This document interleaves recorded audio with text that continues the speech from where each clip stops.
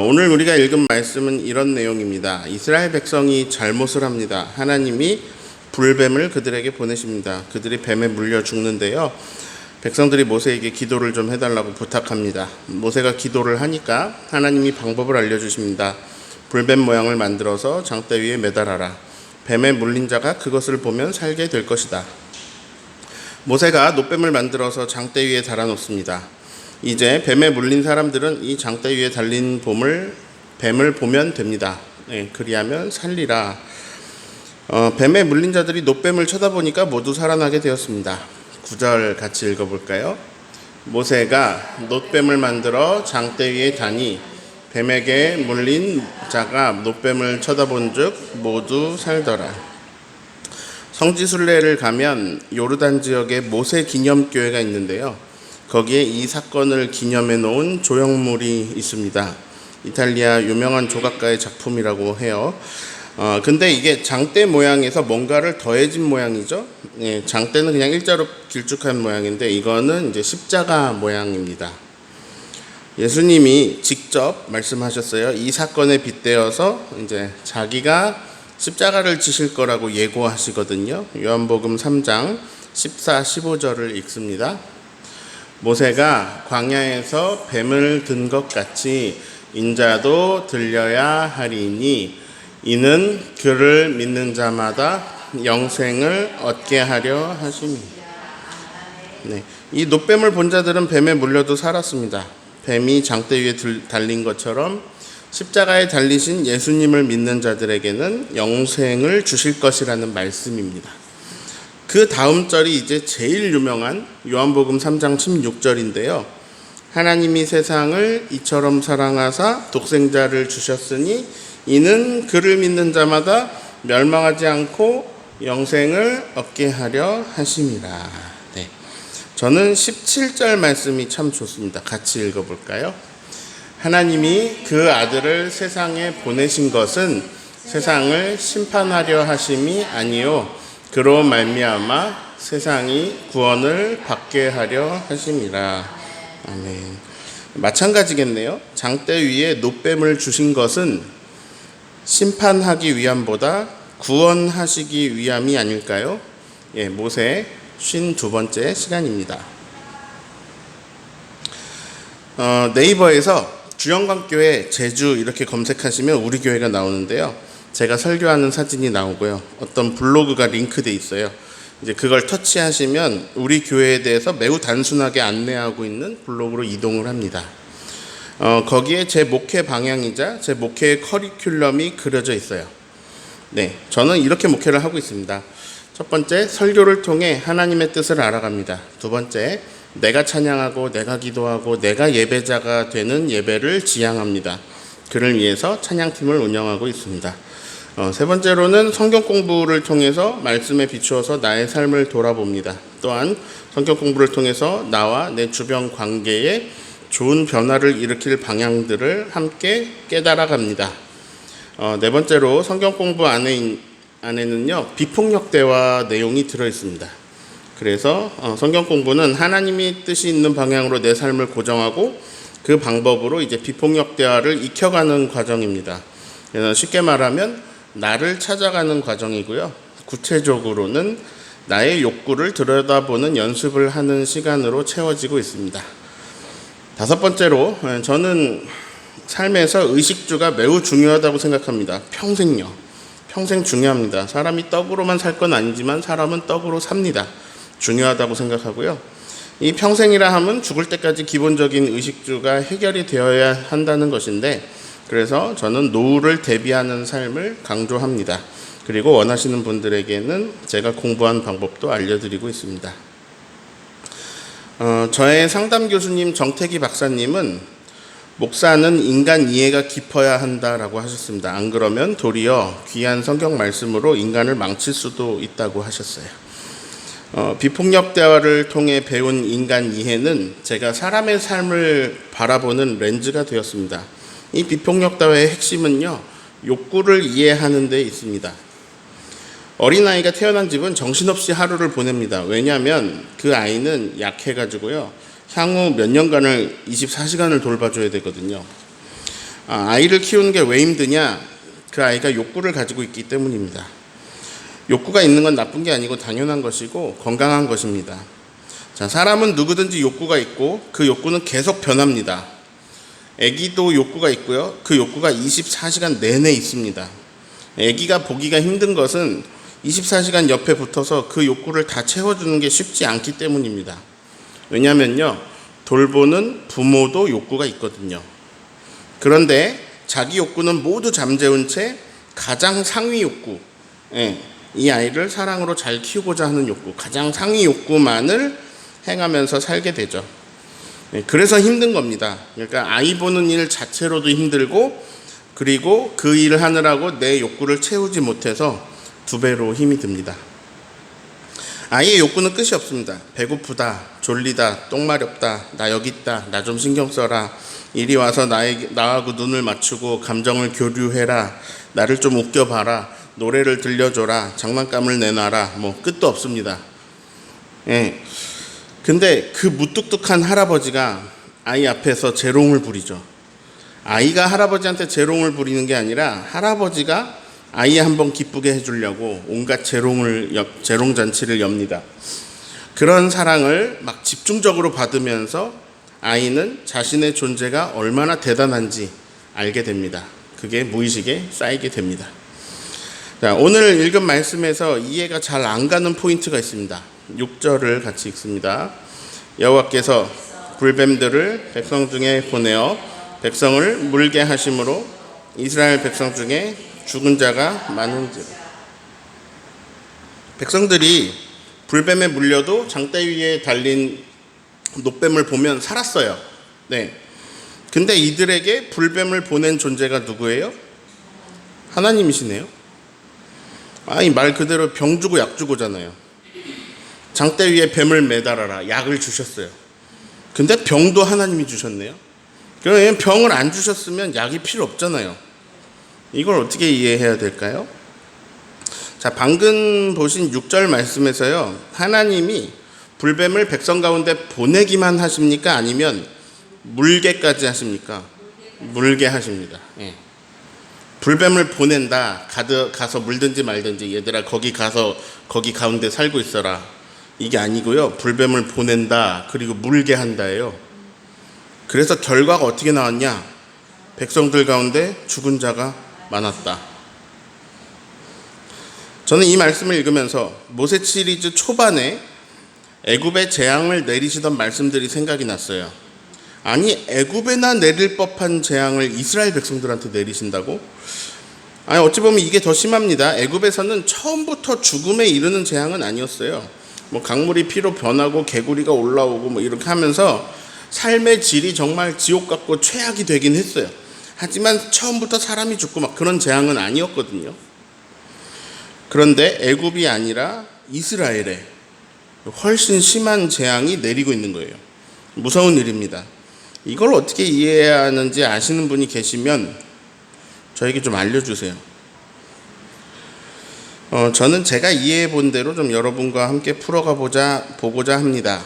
OX로 물어볼게요. OX로 대답해 주세요. 근데 답은 다 적혀 있으니까 걱정은 하지 마세요. 지금부터 제가 물어보면 OX로 대답하세요. 자, 하나님은 사랑이시다. OX. O. 하나님은 나를 사랑하신다. O. 자, 여기서 잠깐 다른 데로 셉니다. 우리는 애굽이 혼나는 걸 보면서 속이 시원합니다. 사이다를 마신 것 같이 청량해져요. 그거는 어떤 이분법적인 사고에서 옵니다. 어떻게 보면 선민의식이고요. 쉽게 말해서 사람을 내 편, 네 편으로 나눠서 생각하는 거예요. 나는 선민, 너는 택함 받지 못한 백성. 근데 너 나랑 다른 편이지. 그럼 나는 하나님의 백성, 너는 애굽. 근데 애굽에 재앙이 내리니까 내가 속이 시원해집니다. 여기서 이런 사고가 발전하면 이상한 이야기가 덧붙어요. 하나님은 이스라엘은 사랑하시고 애굽은 미워하신다. 애굽은 미워하는 존재니까 애굽은 혼나도 된다. 속이 다 시원하다. 그런데 이런 이상한 논리로 사람들을 부당하게 죽여온 게 인류 역사예요. 마녀 사냥은 이렇게 일어납니다. 마녀로 규정합니다. 그리고요, 마녀는 죽여도 된다고 생각합니다. 그러고 죽입니다. 그리고 착각합니다. 내가 신의 뜻을 행했다. 이런 게 인류 역사입니다. 빨갱이로 규정한다. 빨갱이는 죽여도 된다고 생각한다. 그래서 죽인다. 그리고 착각한다. 내가 애국했다. 그렇게 30만 명을 제주에서 죽인 사건이 4.3 사건입니다. 그런데 오늘 충격적인 말씀을 접했습니다. 적으로 규정한 이 애굽을 죽이는 게 아니고 아말렉을 죽이는 것도 아니고 이스라엘의 불뱀을 보내서 뱀에 물려 죽게 하셨어요. 자, 누가 애굽이고 누가 이스라엘이냐? 사람들은 되게 신기하게도요, 자기는 전부 이스라엘이에요. 다 자기는 이스라엘이에요. 그리고 자기는 애굽 하나도 없어요. 자기를 이스라엘로 규정하고 애굽을 적으로 규정해놓고 나니까 애굽에 재앙이 내릴 때 막 사이다예요. 근데 저는 걱정되는 부분이 있어요. 실제로 지금 이집트 사람들은 이 출애굽기를 어떻게 읽지? 하나님이 자기들한테 막 재앙을 내리시잖아요. 하나님은 자기들은 미워하고 이스라엘만 좋아하는 것 같잖아요. 근데 오늘 본문에 이게 무슨 일이죠? 애굽에 재앙이 내리듯이 이스라엘에 재앙이 내렸어요. 그것도 아주 강력하게. 나를 이스라엘 백성으로 규정하고 있는 우리에게는 이거 충격적인 일입니다. 자, 이해를 돕기 위한 얘기를 했고요. 다시 OX로 돌아갑니다. 하나님은 나를 사랑하신다. 맞아요? 그래서 하나님은 나를 사랑하셔서 나는 절대 혼나지 않는다. 아니에요. 하나님은 나를 사랑하신다. 하나님은 나만 사랑하신다. 아니에요. 하나님은 다른 사람도 사랑하신다. 맞아요. 네. 이걸 알면 돼요. 그러면 하나님은 애굽 사람도 사랑하신다. 네. 그럼 왜 재앙을 내리시죠? 자, 하나님은 다른 사람도 사랑하시죠. 그래서요, 하나님이 소중히 여기시는 그 존재를, 그 다른 사람을 내가 해칠 때 나는 혼납니다. 하나님한테는 내가 소중한데요, 하나님한테는 다른 사람도 소중해요. 그래서 내가 다른 사람을 해롭게 하는 거는 용납이 되지 않습니다. 그래서 혼이 납니다. 그러면 애굽이 혼난 이유도 마찬가지라는 걸 알 수 있습니다. 하나님이 애굽 자체를 싫어해서가 아니라 애굽이 남들을 괴롭혔기 때문에, 하나님에겐 괴롭힘 당한 히브리가 소중하기 때문에 애굽이 혼이 난 거예요. 그러면 오늘 말씀에서 이스라엘이 불뱀으로 혼나고 있다는 것은 뭘 의미할까요? 이스라엘 백성들이 누군가를 괴롭게 하고 있는 거겠죠. 그 대상이 누구냐? 모세입니다. 자, 지금 어떤 상황인지 설명을 드립니다. 10명의 정탐꾼이 안 좋게 보고를 했어요. 백성들은 여호수아와 갈렙 말을 듣지 않고 10명의 이야기를 듣고 다시 애굽으로 돌아가기로 합니다. 그 일로 이제 20살 이상 넘은 성인들은 광야에서 38년을 떠돌다가 광야에서 죽게 되고 가나안에는 들어가지 못하게 되죠. 드디어 그 마지막 해예요. 광야 40년째 해예요. 이 말은 무슨 말일까요? 출애굽 1세대들은 2명 빼고 올해 안에 다 죽는다, 이런 얘기예요. 미리암이 죽었어요. 그리고 이제 20장에서 아론도 죽었어요. 지금 21장이고요. 그리고 저는 이제 이 불뱀 사건을 통해서 살아있던 출애굽 1세대가 많이 죽었을 거라고 생각해요. 이걸 거꾸로 말하면요, 하나님이 그들에게 연장시켜 주시기로 한 38년 시간, 그 시간의 마지막까지 살아있던 출애굽 1세대들이 많았을 거라는 얘기입니다. 즉 생명을 오래 주신 거예요. 꽉 38년 꽉 채워서 주신 거죠. 자, 미리암이 죽었어요. 그리고 아론도 죽었어요. 그리고 이 불뱀 사건에서 마지막까지 살아있던 출애굽 1세대들이 많이 죽었을 것 같아요. 그러나 노뱀을 통해 이제 몇 안 남은 1세대들 그리고 2세대들이 이 노뱀 사건을 통해 엄청난 걸 배우게 됩니다. 그리고 그 후손들은, 또 우리들은 이것을 통해 예수님의 십자가를 바라보는 것을 배웁니다. 네, 아무튼 오늘 제가 하고 싶은 이야기는요, 왜 이스라엘이 혼났는가예요. 이걸 좀 심도 있게 보고 싶어요. 저는 오늘 설교 제목을 마음이 상하는 이유라고 지었습니다. 이게 출발점입니다. 이게 원인이고요. 이게 핵심입니다. 불뱀 사건이 일어난 이유는요, 마음이 상해서입니다. 자, 엄청 무서운 거예요. 마음이 상하는 거. 다른 말로 전문 용어로 기분 나쁜 거. 네, 기분 나쁜 거. 기분 나쁜 거 이거 진짜 무서운 일이에요. 우리 사이에 막 관계들이 틀어지고 깨지고 하는 일들은 대부분 기분 나빠서 일어나는 거예요. 네. 고대에는 예를 들어 상대 나라 왕을 기분 나쁘게 했다. 그럼 전쟁하는 거예요. 우리나라 자기 나라 왕을 기분 나쁘게 했다. 그럼 처형당하는 거예요. 기분 나쁜 거 되게 무서운 일이에요. 40년 광야 생활을 마치고 이제 가데스에서 가나안으로 가기로 하죠. 빠른 길은 에돔 땅을 지나는 겁니다. 근데 얼마나 다행이에요. 에돔 땅은 형제 나라예요. 에서의 후손이에요. 이스라엘은 야곱의 후손, 에돔은 에서의 후손. 형제 나라를 이제 지나가면 되는데 문제는 에돔이 이스라엘에게 마음이 상해 있습니다. 자기 영토를 지나가는 걸 거절합니다. 자, 그 일로 이스라엘은 에돔 땅을 삥 돌아서 멀리 가야 하게 됐습니다. 그로 인해 일어난 일이에요. 4절을 읽습니다.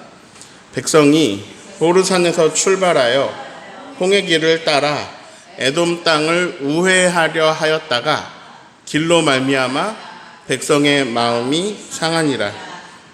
자, 왜 마음이 상했나요?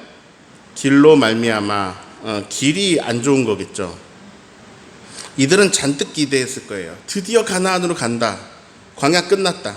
근데 시작부터 꼬였습니다. 조용히 지나가겠다고 하는데도 에돔이 딱 잘라 거절합니다. 그래서 이제 삥 돌아가야 되는데 그 길이 광야예요. 기대감이 깨졌습니다.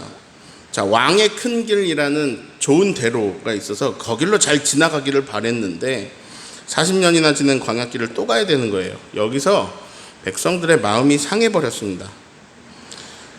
여기서요, 이제 비폭력 대화의 관점으로 우리가 평생 동안 해온 잘못을 좀 살펴보려고 합니다.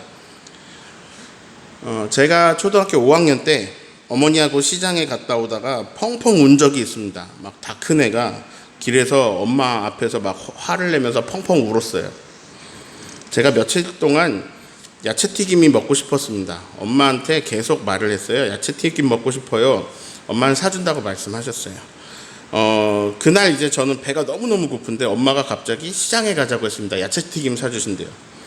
저는 신이 나가지고 엄마 팔짱을 끼고 마천시장까지 걸어갔습니다. 막 장 보고 하면서 그런데 이게 무슨 일입니까? 야채튀김 가게가 문을 닫았어요. 뭐 할 수 없죠. 다음에 먹기로 하고 돌아오는데 갑자기 막 서러움이 막 밀려오는 거예요. 배가 너무너무 고픈데 엄마가 야채튀김을 준다고 하는데 안 줬잖아요. 막 눈물이 쏟아지는데 제 키가 지금 거의 초등학교 5학년 때 키거든요. 덩치가 산만한 초등학생이 길에서 막 갑자기 서럽게 우는 거예요. 지금 여러분 웃고 계시잖아요. 웃기시죠? 이게 웃기시죠? 임종철 저 인간은 어떤 인간이길래 야채튀김의 상처를 받나? 웃기시죠? 근데 그게요, 남들이 보면 웃긴 것들이에요. 아무것도 아닌 것들. 남들이 보면 정말 말도 안 되게 아무것도 아닌 것들, 웃긴 것들이에요. 근데 그 아무것도 아닌 것들에 의해서 저도 여러분도 상처를 받고 있습니다. 자, 혹시 여기 상처받은 분 계세요? 다 있을 겁니다. 예. 안 받으신 분 아무도 없을 거예요. 이런저런 상처로 가득하죠. 자, 다른 말로 하면 마음이 상했는데요. 이걸 꼭 기억해야 돼요. 왜 마음이 상했는가? 예, 그건 늘 똑같습니다. 내 욕구가 충족되지 않아서입니다. 자, 단순해요. 지금 내 마음이든 내 몸이든 긍정적인 상태라면 내가 막 마음이 좋고 몸이 좋아요. 이게 긍정적인 상태라면 왜 그러냐? 욕구가 충족되고 있어서 그래요. 자, 근데 막 내 마음이든 아니면 내 몸이든 막 이상이 오고 막 이게 부정적인 상태면 왜 그러냐? 욕구가 충족이 안 되어서 그래요. 근데 사람들은 이걸 잘 몰라요. 자, 사람들은 자기가 뭘 원하는지도 잘 모르고 뭐가 채워지지 않아서 내가 힘든지도 몰라요. 뭐만 아냐? 그냥 내가 마음이 상해 있다는 것만 알아요. 예를 들어 볼게요. 부산 여행을 갔는데 배우자가 갑자기 막 화를 냅니다. 무슨 일일까요? 자, 여기서 분명한 거는 이제 우선 내 배우자가 마음이 상해 있다는 겁니다. 근데 왜 그런지는 몰라요. 자, 배우자의 마음이 상해 있다는 건요, 어떤 욕구가 충족이 안 되었다는 말입니다. 예. 근데요, 그건요, 아마도 배우자가 어떤 기대가 있었을 거예요. 뭐 예를 들어 TV를 보다가 부산에 어느 맛집이 나왔는데, 나는 내가 평생 저기를 꼭 한번 가보고 싶다. 내 배우자랑 저기를 가보고 싶다. 뭐 부산 가면 저기를 꼭 가야지. 막 이런 기대를 가지고 부산에 왔는데, 여기가 부산 이쪽인데 이 부부는 며칠 동안 부산 이쪽만 돌아다닌 거예요. 그리고 이제 복귀를 해야 돼요. 근데 이제 말도 안 하고 있다가 갑자기 막 화를 내는 거예요. 이번 부산 여행은 정말 엉터리였고 망했어. 당신이라는 다시는 여행 안 간다. 막 이러면서 막 화를 내는 거예요. 네, 지금 우리가 사는 모습을 아주 짧은 이야기로 표현했습니다. 이 완성된 4개의 표를 볼까요? 자, 이거 3번째 거부터 출발해 보면 좋을 것 같아요. 자, 마음이 상했습니다. 왜 상했죠? 욕구가 충족이 안 되었어요. 근데 그거는요, 내 개인적인 기대였고, 내 개인적인 바람이었어요. 내 개인적인 바람이 충족되지 않으니까 그게 마음이 상하고요, 상처가 됐어요. 자, 중요 포인트가 여기에요. 그런데 내 마음이 상한 이유를 막 상처라고 표현하고, 이걸 우리는 밖에서 찾아요. 그래서 우리는 누군가 희생양을 끄집어내서 그 사람에게 내 상한 감정의 책임을 물어요. 자, 이걸 전문 용어로 남탓이라고 합니다. 네. 자, 이거를 요약해서 또 표로 더 간단하게 만들어 볼게요. 이게 우리가 반복하고 있는 패턴입니다. 기대, 불만, 상처, 남탓. 네. 그런데 여기서요, 남탓이 상당히 큰 잘못입니다. 여기가 문제. 남탓은 원망이거든요. 오늘 말씀 앞부분을 저는 이렇게 봤습니다. 4절에서 백성들 마음이 상해요. 6절에서 하나님이 불뱀이라는 아주 강력한 재앙을 내리십니다. 자, 마음이 상했다고 재앙을 내리시진 않을 텐데요. 그러면 5절에서 뭔가 엄청난 잘못을 했다는 거예요. 그 잘못이 무엇이냐?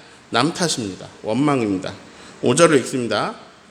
백성이 하나님과 모세를 향하여 원망하되 어찌하여 우리를 애굽에서 인도내어 이 광야에서 죽게 하는가? 이곳에는 먹을 것도 없고 물도 없도다. 우리 마음이 이 하찮은 음식을 싫어하노라. 예, 에돔을 통과하지 못하고 다시 광야길로 들어섰습니다. 그들에게는 경험이 있잖아요. 광야를 40년 경험했어요. 자, 근데 그게 다시 이어진다고 생각하니까 그들은 화가 났습니다. 좋은 길로 갈 줄 알았는데 광야길로 들어서니까 마음이 상했죠. 마음 상할 수 있죠. 아직 살아있는 출애굽 1세대의 고약한 버릇일까요? 그 버릇이 또 나오고 말았습니다. 근데 이제 아론은 죽어서 없고 원망할 대상이 누구냐? 모세예요. 예. 그리고 또 있습니다. 원망할 대상 하나님. 자, 마음이 상했어요. 그 이유는 뭐냐면 자기가 기대한 게 무너졌기 때문이에요. 에돔 지방 왕의 큰 길 편히 지나가기를 기대했던 게 무너졌습니다. 예, 여기서 마음 상할 수 있죠. 사람이라면. 그런데 죄는 무엇으로 나타나느냐? 그 마음이 상한 원인을 밖에서 찾는 거예요.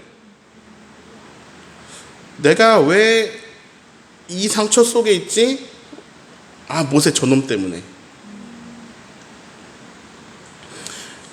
네. 하나님이 아담한테 죄를 물으니까 아담이 뭐라 그래요? 여자 때문에. 여자한테 죄를 물으니까 뭐라 그래요? 뱀 때문에. 근데 하나님이 아담에게 여자 때문에라고 할 때 아담이 하나님 탓도 좀 해요. 당신이 나에게 주신 여자 때문에. 내가 범죄를 왜 했어요? 당신이 여자를 안 줬으면 난 안 했어요? 하나님 탓을 하는 거예요. 이 남 탓이 큰 죄라니까요. 백성들이요, 모세가 백성들한테 한 게 뭐죠? 출애굽을 도와준 거. 맞죠? 그 중보기도 통해서 몇 번이나 살려준 거. 전부 고마운 일밖에 없어요. 자, 그런데 모세에게 화를 냅니다. 왜 우리를 광야에서 죽게 하느냐? 그러면서 불평을 하는 거예요. 이곳에는 먹을 것도 없고 물도 없다. 우리 마음은 이 하찮은 음식을 싫어한다. 방금 자 먹을 게 없다 그랬죠. 왜 광야에서 죽게 하냐? 여기 먹을 것도 없는데 죽는다. 근데 뒤에서 뭐라 그래요? 우리 마음이 하찮은 음식을 음식이 있었네요. 음식이 있어요, 없어요? 있었어요. 만나와 메추라기. 예, 지금으로 따지면 고소한 빵, 뭐 치킨 이 정도 되겠네요. 이 음식은 하찮은 음식이 아니죠. 근데 그들의 욕구를 채우지 못했을 뿐이죠. 자, 야채 튀김이 먹고 싶었던 사람은 저예요. 엄마가 그 따뜻한 거 사주고 싶으셔서 저를 데리고 가셨고요. 하필 그날 문이 닫았고요. 자, 잘못한 사람은 한 명도 없습니다. 뭐 그 사장님도 사정이 있어서 그날 쉬신 것 뿐이고요. 그냥 내가 배가 고팠던 거고, 내가 먹고 싶었던 거고, 내가 기대했던 거고, 근데 깨졌어요. 그 모든 불만은 나한테서 파생된 건데 갑자기 엄마 탓을 하는 거죠. 야채튀김 준다고 했으면서 왜 안 주냐? 엄마가 아들한테 거짓말을 하면 되냐? 에? 뭐가 그렇게 서러운지 누가 보든 말든 펑펑 울었습니다. 엄마가 이제 집에 가서 해주시려고 한 것 같아요. 근데 저는 이미 길에서 마음이 상해버렸고요. 엄마 탓을 마구 남발하고 있었죠. 30년이 지나서 하늘에 계신 엄마한테 사죄합니다. 죄송합니다, 엄마. 네. 웃기시죠? 튀김 몇 조각에. 자, 이스라엘이 광야를 오랫동안 떠돈 것 누구 때문이죠? 자기들 때문이죠. 네. 자기들이 10명 얘기를 듣고 그랬잖아요. 그동안에 목말라 죽은 사람, 배고파 죽은 사람 몇 명 있죠? 없어요. 자, 그들은 광야에서 없어요. 근데 여기 뭐라 그래요? 목말라서 배고파서 죽게 할 거냐? 40년 동안 경험해놓고 말하는 거예요. 죽게 할 거냐? 그냥 광야 들어가기 싫은 건데 들어가면 안 죽을 거 알고 있어요. 자, 그들은 광야에서 먹고 살기 위해 아주 고된 노동을 하고 아주 고된 사냥과 고된 채집을 해서 겨우 연명했나요? 아니요. 아침에 만나 주어서 하루 종일 먹고 메추라기 주어서 하루 종일 먹고 잘 때 두 발 뻗고 마음 편하게 잤나요? 네. 자, 광야에서 막 불안함과 괴로움으로 살아야 했나요? 아니요. 의복이 부르트지도 않고 의복이 헤어지지도 않고 발이 부르트지도 않게 평안하게 살았어요. 자유인으로. 자, 애굽에서의 삶은 어땠나요? 마음이 평안했나요? 감독관들은 그들에게 잘해주었나요? 노동이 강도가 약하고 삶의 활력소가 될 정도였나요? 애굽에서 막 충분히 먹고 즐거운 생활을 했나요? 전부 아니에요. 과로로 죽을 만큼 일하면서 실제로 많은 사람이 노예로 죽어가면서 사람 대우도 못 받았어요. 그런데 모세에게 하는 말은 왜 애굽에서 우리를 데리고 나왔냐 이럽니다. 어찌하여 애굽에서 우리를 인도해내요. 이거 계속 그러고 있어요. 노예한테 자유를 주었더니 왜 노예를 벗어나게 하고 왜 고된 노동을 벗어나게 했냐고 화를 내고 있어요. 자, 이 남 탓하고 원망하는 거를요 40년째 하고 있어요. 이것은 하나님이 즉각적으로 불뱀이라는 재앙으로 심판하실 만큼 악한 일이었습니다. 네. 근데 아까 제가 잠깐 저의 설명을 드렸죠. 저는 하나님이 꽉 채워서 살게 해주신 거라고 생각해요. 네. 자, 아무튼 그런데 그 악한 일 남 탓하는 거 40년째 이들이 했던 걸 우리가 끊임없이 하고 있다는 거죠. 특히 우리는 이거를요 가족들한테 하고 있습니다. 남 탓. 늘 똑같아요. 상처 준 사람 얘기 들어보면 상처 준 사람은 한 명도 없어요. 근데 상처 받은 사람만 가득합니다. 이게 어떻게 되죠? 이거 기적이에요. 아무도 준 적이 없는데 받은 사람만 많아요. 자, 범죄에서 가해자, 피해자 이런 거를 관계를 말하는 게 아닙니다. 자, 피해자는요 가해자 탓을 해도 돼요. 예, 범죄에서 그렇게 해도 됩니다. 범죄에서 말하는 게 아니에요. 그런데 그럼 모세가 범죄했어요? 백성들한테? 아니잖아요. 근데 우리들 사이에는 범죄도 없었는데 막 상처가 난무하고요, 원망이 난무합니다. 자, 예를 들어 볼까요? 나는 어려서부터 결혼 생활을 그려봤어요.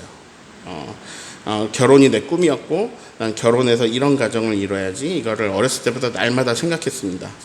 그리고 나는 꿈을 이뤘어요. 결혼을 했습니다.